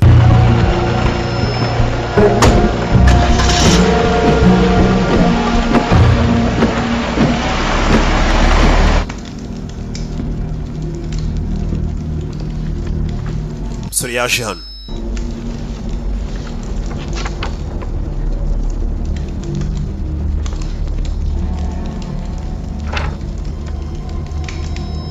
Hey! Nta kuryama. Nibyo yatangiye gutwika. Umukobwa arumva yifitiyemo n'ubwoba. Musore byo yatangiye gutwika. Atangira gutwika na ya sheke ya Ethan Doyle bari bamuhenga agiye kubikuza wa muntu wakoraga mu busitani hano. Ariwe wari wagiye akaniba diyama hanze akaza agahungira hano. Na sheke barayitwika batazamenya ko umuntu yigeze agera na hano. Ubwo bibe diyama bibe inzu n'ibindi byose biyirimo ni ibyabo. Byo gusubira mu bukene nta bihari. Kobwa aryamye muri iryo joro. What are you doing? Urakora ibiki?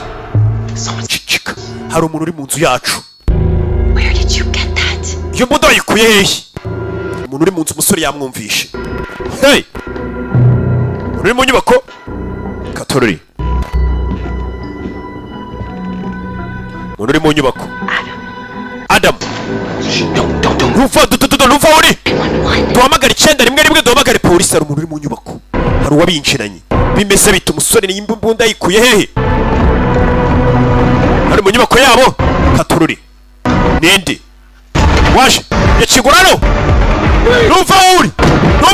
Kumbe ni mico wari wagarutse nijoro bakoreshaga umukobwa. Dore ngo baramukanga akamanuka nabi.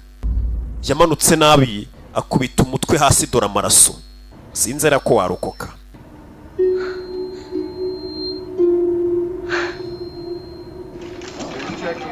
Yeah. Nuko byagenze. Bidatinze polisi yayisize. Sasa uyu mupolisi n'ubundi yarari kubaneka bakurikirana. None iyi nzu ipfiriye mu ndi muntu. Gusa icyo nta kibazo, umuntu yaje mu nzu yaba yarengereye. How you holding up, Katie? Ketumeze ute? Detective Chesler. Detective Chesler. Hell of a thing. It was an accident. Yeah. Yari impanuka ndabizi. Either way, law says it's self-defense, so it still makes you wonder what was going through his head. And why would he do something like that? Ati ndikwibaza niki yari afite umutwe cyatumye akora ibintu nk'ibi. Bituma aza akinjira mu nzu y'abandi. Sinzi.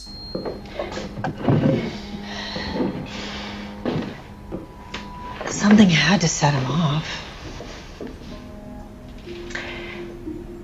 I know none of this is you, Katie. Katie, ndabizi ibintu byose ntago ari wowe ngwiki. Fine around here until Adam started. Ibintu byose mu rugo byari bimeze neza mpaka umugabo wawe Adam aje kwakora. Whatever is going on. Rero mbwira nibiki bijya mbere. It is you. I don't know what you're talking about. Kivuga simbizi. Problems. Bazo byo ndabizi. As to people, I know about the big check that you deposited for Mr. Wells. Sibyerekeranye na sheke ni Mr. Wells rero yari yaguhaye. Katie, just listen for a second. Banzu nyumve. Because kubera ko could be that it was a loan. Maybe it was a shora ko yari inguzanyo cyangwa ari impano yari yaguhaye iri ya sheke. In my shoes.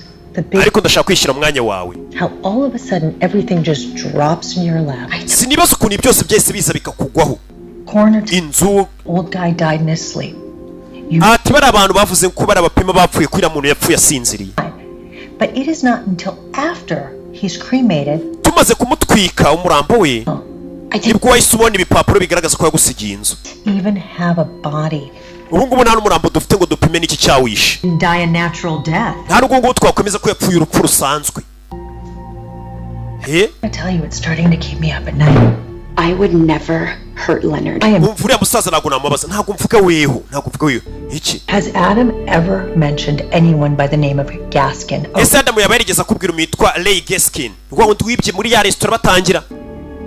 I know that name. Iryo zina ndumva ndizi, Ray Gaskin. Diner that night. Niwe wigeze gushaka iyo muri ya restaurant akoragamo. At the university. Yanakoraga nanone nk'umupuranto muri re. Yanakoraga nk'umupuranto. Okay. It's a big school. Maybe they muri kigo umusheri wawe yigagamo. Wa muntu twatangiye yiba ngo yakoraga nk'umupuranto. Adam is going to screw up.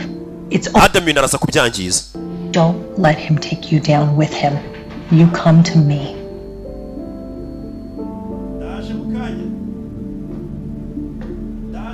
Baby. Baby. Talk to you. Muri hangano original abatuvangiye. Original Dubai hariya mu Gatsata mu Madive. OG. Gusa umupolisi yatangiye gukeka uyu musore. Hell of a thing.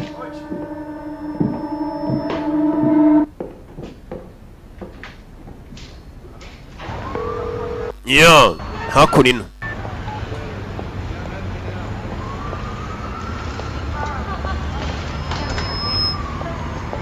Katie, hey. Katie, hey, byarakeye yaje kureba avoka we. I've been trying to call you. My number's been. Nagerageje guhamagara. I need to talk to you. Nkeneye kuvugana nawe. Yeah, come upstairs. Okay. Ngwino hejuru.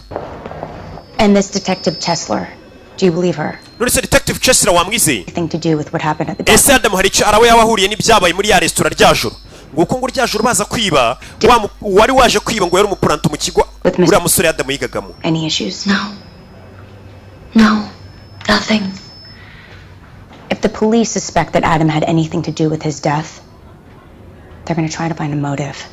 They're going to try. Abapolisi nimba hari ikibazo cyabaye baraza kugerageza bashaka nk'impamvu yatumye byose biba icyabimuteye. Hated being poor. Icyo nzi cy'umusore mugabo wanjye yangaga kuba umukene. She's not going to waste any time. She's going to try to get away. Batangiye gusanga bakiye kuri musore nimba ari we waba warishuri ya musaza. You need to be asking yourself, will she find anything? Ahubwo wetangira wibaze niba baperereza iperereza hari icyo abapolisi bari buze kubabonaho cyangwa. You need to promise me. Ukeneye kunsezeranya. Promise me. Nsezeranya. That you'll help Adam too. Kuri buze gufasha n'umugabo wanjye Adam. Ati polisi banetse hari icyo yabasangana. Katorori. Kujya muri banke. Kujya muri banke basanze amafaranga yose ntayakiriyo. Nyagasani. Hey. Honey. Adam must have taken it. That's what you found? Cash? Yeah. Almost $100,000 in the attic. Ati n'ibihumbi 100 twe twasanze muri attic. Hejuru mu nyubako. Amafaranga sasa ari hehe? The diamonds. Na diamond twazisanze yabibwiye avoka vuko mubwiza ukuri. Bivuze ngo mwasanze diamond mu nzu yanyu. The garage. Yego hantu hameze nko mu igaraje mu nzu hasi. Hey. Does Adam have these diamonds? None sizo diamond Adam nazara zifite? Yeah. Yego ni uzifite. You need to stop him. Ukwiye kumuhagarika noneho umugabo wawe. Why? Kubera kubera iki? He knows you suspect something. That's why he took the money. He's going to hari icyo yari yaketse, niyo mpamvu yaje muri banki atwara amafaranga atakubwiye na diyama wabona agiye kubura akaguteza polisi. You need to find him. Bring him to the house and then call me. Genda ushaka umugabo wawe mujyane mu rugo nurangiza umpamagare. Hold off Detective Chess. Nauza tujyane. I don't want her serving the search warrant until we know Adam's in the house. Katorori ati gendure umugabo wawe wabona yafashe diyama n'aya mafaranga uko yakuye muri banki akaba agiye kugucika akaguteza polisi ugasigara mu bibazo wenyine. Abibwiye avoka we. Bimeze bite?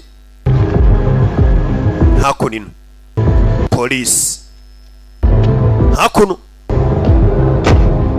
barakwereka Detective Chesla. Detective yaje hako nino. Detective Johnson. Detective Johnson. Garbage truck was making. Hano dufite iki? This morning. Oh man. How long's he been in there? Imodoka itwara imyanda mu gitondo yaduhamagaye. You beat him here. Yeah. Why'd you call me? Kuki umpamagaye? It was a backpack next to the Vic. Inside we found a no laundry receipt. Ati twasanze agakapu karimo ibintu bimeze nk'amarisi. The address matches the name from one of your cases. Ndetse adresse ziraranga ahantu hameze nk'aho hari ikirego wari gukurikirana. Leonard Weisler. Katoroni uyu yaratashye. Bambwiye ati hamagara umugabo wawe. Gagita ni Katie. Come on, Adam, pick up. Adam itaba Adam ntabwo ari kwitaba telefone ni sheri we.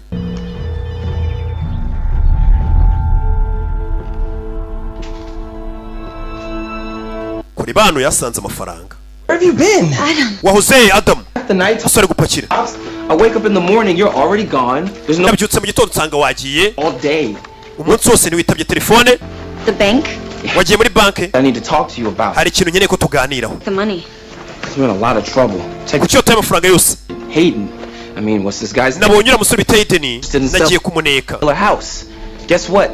There's no record of a Mickey Hayden getting a real estate. Mickey Hayden naje gusanga atari umuntu ugurisha amazu. From prison. Did a couple years. Ahubwo ngo amaze imyaka 2 avuye muri gereza bamuziza kwiba imikufi. Doesn't even use a gun. He just sweet talks his way through the security door. Then he blinds. Ati bari baramufungiye kwinjira ahantu. Old school. Akagenda karasa akiba gatwara amazahabu n'amadiyama n'imikufi. Dollars and loose diamonds that were never recovered. Atara amadiyama yibyo ayo madiyama ntigeze aboneka. Niyo mpamvu izo diyama ziri hano, niyo mpamvu nawe yazaga hano. Sasa uriya mugabo ajya guzana avuga ngo arashaka kugurisha inzu yitwa Hayden. Numugizi wa nabi wibaga. Ngo bari baramufunze imyaka 2 ishize bamurekuye, sasa ngo ari diyama zabuze. Doyire niwe wacikanye diyama. There's only one other person who could have known about it. The one who shot him. Hari umuntu wenyine uzi ko ziriya diyama ziri muri iyi nzu, nuwarashe Doyire. Fake name. What do you think we weren't smart enough to figure this out? We have to call the police. Tuhamagare polisi rero tuyibwire. Is get the hell out of icyo tugiye gukora nukuva hano tukagenda n'amafaranga na diyama. Can you go pack some stuff up real fast? Ahubwo pakira ibintu byawe duhunge, dore ni ikibazo. Bamenye ko byivanzemo n'abagizi ba nabi. Ziriya diyama ni iz'umugizi wona bitwa Hayden. Bamaze iminsi bakurikirana. Yari yaribanye n'uwitwa Doyle. Get changed. Genda uhindura imyenda. Genda uhindura imyenda. Umukobwa arabibona ko uyu mugabo washaka kubahunga bameze nkaho bari kibucyo bacikanye amafaranga na diyama nanone by'umugezi wa nabo umuntu uvuye muri gereza bishobora kuba byaba ikibazo. Katorori. Yeah. Zan. Hi, Julia. Bite Julia, hamagara wa mwavoka we. Ni Katie. He's here, but ari hano. It wasn't him. Ariko byasanga atari we. Bahita bamwambura telefone cicika. Cicika. Hayden yahageze. I don't know. Call him out here. Hamagara umugabo wawe nuna. Uyu niwe nyiri diyama. Yari yarazibye baramufunga. Uwo bazibanyaza muri iyi nzu apfiramo ari we Ethan. Sasa yafungura ashaka izo diyama. Akunigira umukobwa.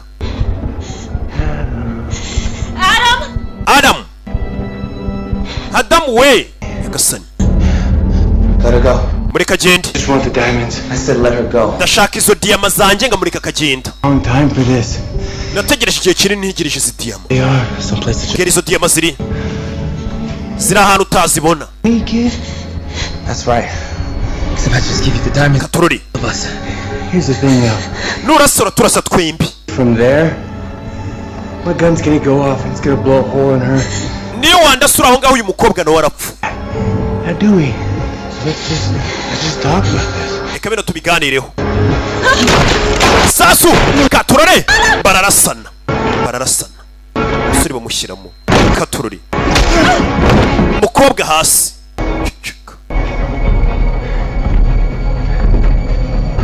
hey katururi mu nyubako kugeza ubu n'abarashaka diyamaze sasu irindi gusa uyu nawe yarashwe Adamu ko byagenze Adamu No. Oya Adamu Baby Yo Adamu ararashwe In that garden. Stay with me. Adamu agiye gupfa yaramubwiye ati muri jaride niryo jambo ryonyine yamubwiye ati muri jaride duravoka ngaravayo avoka nibwo akiyagera Julia Adamu aramwongorera ati muri jaride Katie avoka ari hano Oh my god. Mana yanjye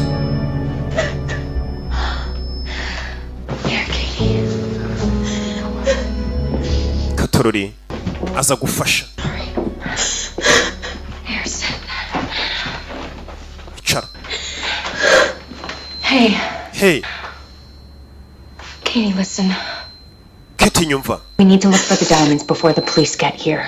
tugomba gushaka izo diyama mbere yuko polisi iza It's the only way we can explain what happened without implicating. nibwo buryo bwonyine twasobanuramo ko bino bintu babikugeretseho izo diyama atari izawe Adam never would have hurt Leonard. Katie, the diamond. Adamu ntabwo yari kubaza Leonari diyama ziri he It was Hayden.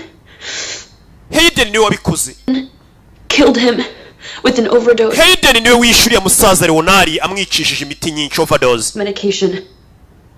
narebye mu gitabo cy'imiti naga Leonari nsanga hari umuntu wamuhaye ibinini byinshi Leonard used to tell me all the time that he could hear someone in the house, but I never. Leonari kandi buri gihe yajyaga ambwira ngo ajya yumva umuntu nijoro muri iyi nzu Looking for yari Hayden uwo muntu ashaka diyama But you did.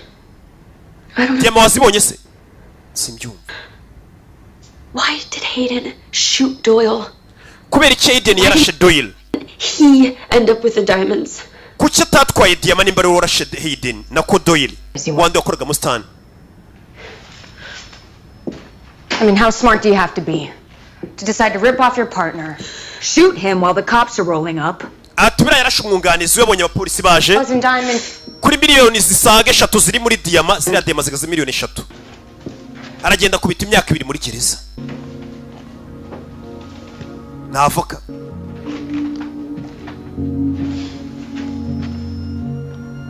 I never told you how much the diamonds are worth. ntabwo nigeze nkubwira agaciro ka ziriya diyama ko zihagaze miliyoni 3 z'idolari wabimenye uti arabaza uyu uyavayo n'imbunda navoka Hey What are you doing? Look, okay, I paid my dues. umva narishyuye ibihano byanjye As a public defender, how do you... namaze imyaka 10 mburanira abantu I knew he was an idiot. urakeka ikirego cya Hayden nakimenye gute nari mbizi ko ari ikigoryi ariko inkuru ye narayizeye He messes everything up. ibintu byose dore yabyangije ninjye waburanye kugira ngo imyaka 2 abe ariwe mukatira yonyine ikintu cyonyine nagomba gukora amafaranga cyari ziriya diyama none dore yapfuye atamaye kuri diyama You helped kill Leonard? bivuze ngo nawe wafatanije na Hayden kwica muzere Leonari That was all Hayden. oya ibyo wabikoze na Hayden byose niwe utarushoboye kwihangana yashaka kwihutisha ibintu The will. It isn't real, is it? It's real enough. uretse rero papuro by'uko bansigiye imitungo ni ibyanyabyo What's the difference? Look, I'm sure Leonard would have ni given... ibyanyabyo nyine nubwo twabihimbye tukubeshyira ko bagusigiye imitungo ariko nta muntu uzigera ukuvumbura uzayigumana wema diyama Where the diamonds are. wembwira aho diyama ziri usigarana ibinzu n'imitungo nta muntu uzigera umenya ko ari ibya fake ibipapuro sinzi Katie Adam hid them.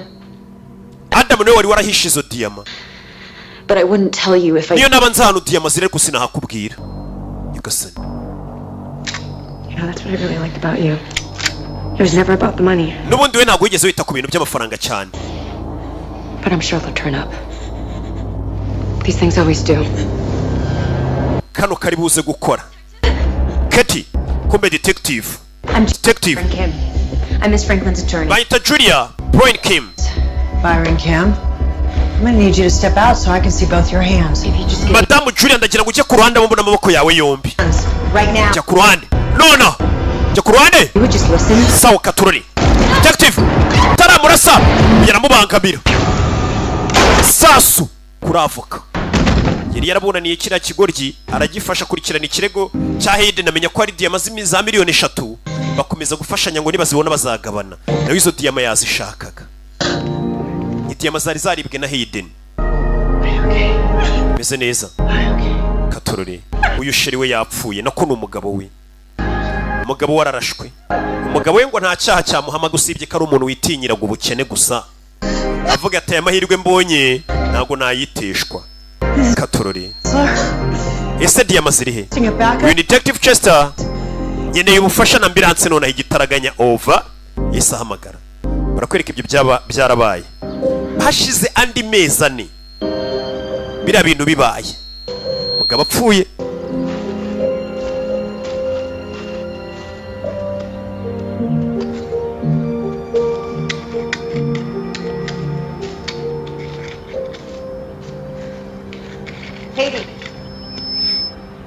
Kati, kumbe Kati barakwereka umugabo menye yarapfuye amuteye inda. Waje kumusura. Detective. Urugo yararusigaranye. A young cedar. It's a nice spot. Lots of sun. Yeah, I think so. It's good to see you. Kiza ukubona umugabo yapfuye amuteye inda. Detective amufashije. Look beautiful. Thank you. Yeah, we're doing well. Well, I came by to let you know that the case is officially closed. Narije kubwira ko ikirego twagifunze cyahagaze. Julia and Byron Kim are the only suspects on record. Hayden na Julia Brian Kim nibo bonyine twakekaga. Her father had a criminal history. Bivuze ngo papa w'uwo mwana nta cyana kimwe arangwaho, uwo mwana azakora rwose papa yumva ko nta cyaha bamushinjaga. We've been through that place a half a dozen times, top to bottom. Still can't figure it out. He didn't tell me. Ninzo umukobwa yarayisigaranye ubwo nyine inzibaye. Na n'ubu sinzi ahantu rwose Adam yahishe izo diyama. Ariko nakifuje ko nakabaye mazi nkazigwa. Take care of yourself, Katie. Uze kwitaho Katie. You too. Nawe. Sigaranye amafaranga diyama ntagazahano na n'ubu ngubu zihishe. Ntagahazi. Ikirego buno baragifunza yari yashize amezi 4 bagikurikirana, ubu uyu mukobwa nta ngaru nta kibazo na kimwe, inzu niye n'ibintu byose ameze neza nta kibazo. Gusa yasigaye atwite.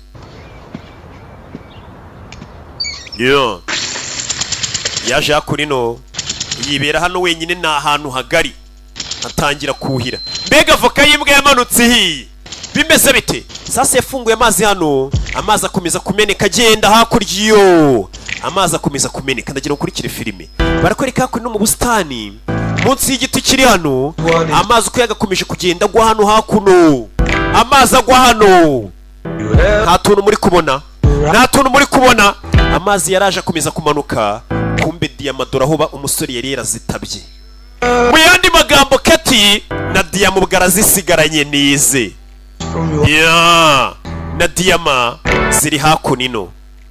Agafilime kacu nako nuko kagenzi yari roki nk'ibisanzwe. Imana ibamugisha ndabakunda cyane. Kwibutsa izi filime ukeneye kuzireba online cyangwa uzi umuntu utabasha kugera ku mu DJ wazirebera ku gasobanuye 250.com. Ni website mugiye kujya muzisangaho.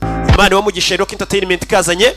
Ndaje mvemo mu kanya Savimbi nawe azabaho udufilime tw'ubwenge dukomeza dutwika. Ciao ciao.